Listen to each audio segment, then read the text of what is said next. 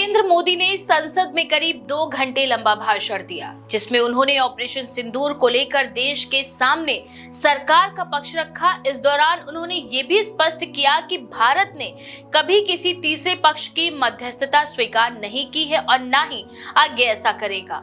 उन्होंने अमेरिका का नाम लिए बिना अमेरिकी राष्ट्रपति डोनाल्ड ट्रंप के उस दावे को भी खारिज कर दिया, जिसमें ट्रंप ने कहा था कि उन्होंने भारत और पाकिस्तान के बीच संघर्ष विराम में मध्यस्थ की भूमिका निभाई थी। मोदी के भाषण में ये भी बताया गया कि 9 मई की रात अमेरिकी उपराष्ट्रपति जेडी वेंस लगातार फोन करने की कोशिश कर रहे थे।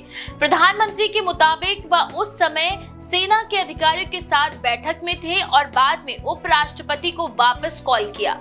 बातचीत में वेंस ने उन्हें बताया कि पाकिस्तान बड़ा हमला करने वाला है। इस पर मोदी ने जवाब दिया कि अगर पाकिस्तान ऐसा करता है तो भारत उससे भी बड़ा हमला करेगा और मुंह तोड़ जवाब देगा। विपक्ष ने मोदी सरकार से कई सवाल किए, जिसमें ट्रंप की मध्यस्थता वाले दावे, भारत के कितने लड़ाकू विमान गिरे और आखिर संघर्ष विराम क्यों किया गया, ये शामिल थे।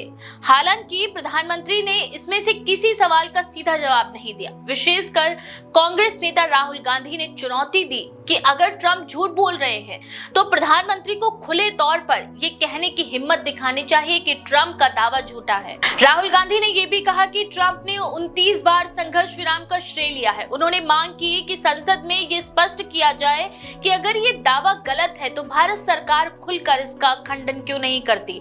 प्रधानमंत्री मोदी ने इस सवाल पर ट्रंप का नाम नहीं लिया और सीधे तौर पर उनका खंडन नहीं किया। वरिष्ठ पत्रकार विजय त्रिवेदी के मुताबिक ये सरकार की रणनीति हो सकती है कि कूटनीतिक कारणों से किसी विश्व नेता का नाम लेकर विवाद को नहीं बढ़ाया जाए। रक्षा मंत्री राजनाथ सिंह ने विपक्षी सवालों के जवाब में कहा कि ये सवाल राष्ट्रीय भावना के अनुरूप नहीं है कि कितने जेट गिरे। उन्होंने ये भी नहीं बताया कि दुश्मन के कितने एयरक्राफ्ट गिराए गए, जिससे विपक्ष को असंतोष हुआ।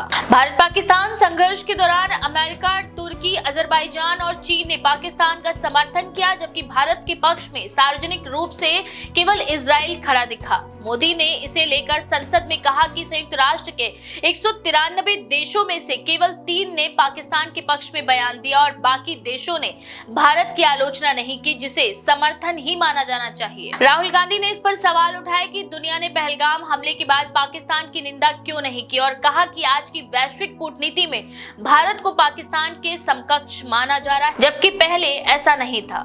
असदुद्दीन ओवैसी ने संसद में ये भी सवाल उठाया कि जब भारत ने पाकिस्तान से व्यापार और हवाई संपर्क बंद कर रखा है तो 14 सितंबर को होने वाला भारत पाकिस्तान क्रिकेट मैच कैसे जायज ठहराया जा सकता है। उन्होंने कहा कि सरकार खून और खेल को साथ क्यों चला रही है। वरिष्ठ पत्रकार विजय त्रिवेदी ने यह भी सवाल उठाया कि जब राजनयिक संबंध और व्यापारिक संपर्क तोड़े जा चुके हैं तो क्रिकेट कैसे खेला जा सकता है। इस पर भी सरकार की ओर से कोई स्पष्ट जवाब नहीं आया है। वहीं कूटनीति के जानकारों के मुताबिक मोदी सरकार जानबूझकर ट्रंप का नाम लेने से बच रही है ताकि अंतर्राष्ट्रीय स्तर पर कोई नई परेशानी ना खड़ी हो। Kautilya school of public policy की प्रोफेसर कनिका राखरा कहती हैं कि सरकार ट्रंप को सही नहीं ठहरा रही, लेकिन उसका उद्देश्य है कि बातचीत की प्रक्रिया में कोई बाधा ना है। डोनाल्ड ट्रंप ने हाल ही में स्कॉटलैंड में ब्रिटिश प्रधानमंत्री के साथ मुलाकात से पहले प्रेस में कहा था कि उन्होंने 6 बड़े युद्ध करवाए, जिनमें भारत पाकिस्तान युद्ध भी शामिल था। ट्रंप ने अपने सोशल मीडिया प्लेटफॉर्म पर भी दावा किया था कि ऑपरेशन सिंदूर के दौरान उनकी मध्यस्थता में संघर्ष विराम हुआ। इतना ही नहीं, ट्रंप ने ये दावा भी किया कि इस संघर्ष के दौरान 5 फाइटर जेट गिराए गए। हालांकि ये स्पष्ट नहीं किया कि कौन से देश के जेट गिरे। पाकिस्तान भी पहले यही दावा कर चुका है, जिसे भारत सरकार ने खारिज कर दिया। कांग्रेस सांसद गौरव गोगोई ने भी संसद में सरकार से पूछा कि आखिर कितने जेट गिरे थे। इस पर रक्षा मंत्री ने सिर्फ ये कहा कि सवाल राष्ट्रीय भावना के अनुरूप नहीं है, लेकिन इसका कोई ठोस जवाब नहीं दिया गया। एक और बड़ा सवाल ये उठा कि जब भारत की कूटनीतिक स्थिति इतनी मजबूत मानी जाती है तो ऑपरेशन सिंदूर के समय पाकिस्तान को खुला समर्थन तुर्की, अजरबैजान और चीन से क्यों मिला और क्यों दुनिया के बाकी देश चुप रहे।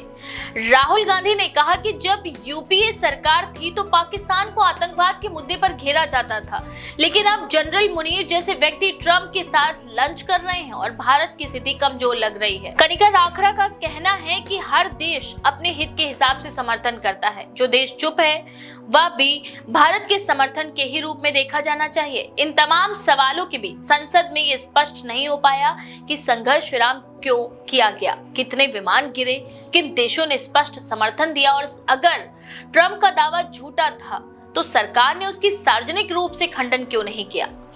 इसके अलावा यह भी बताया गया कि चीन जो पाकिस्तान की तरफ से युद्ध में शामिल था, उस पर भारत ने सार्वजनिक रूप से कोई टिप्पणी क्यों नहीं की। विजय त्रिवेदी के मुताबिक जब सरकार चीन पर बोलने से बच रही है तो ट्रंप जैसे नेता पर सार्वजनिक बयान की उम्मीद नहीं की जा सकती है।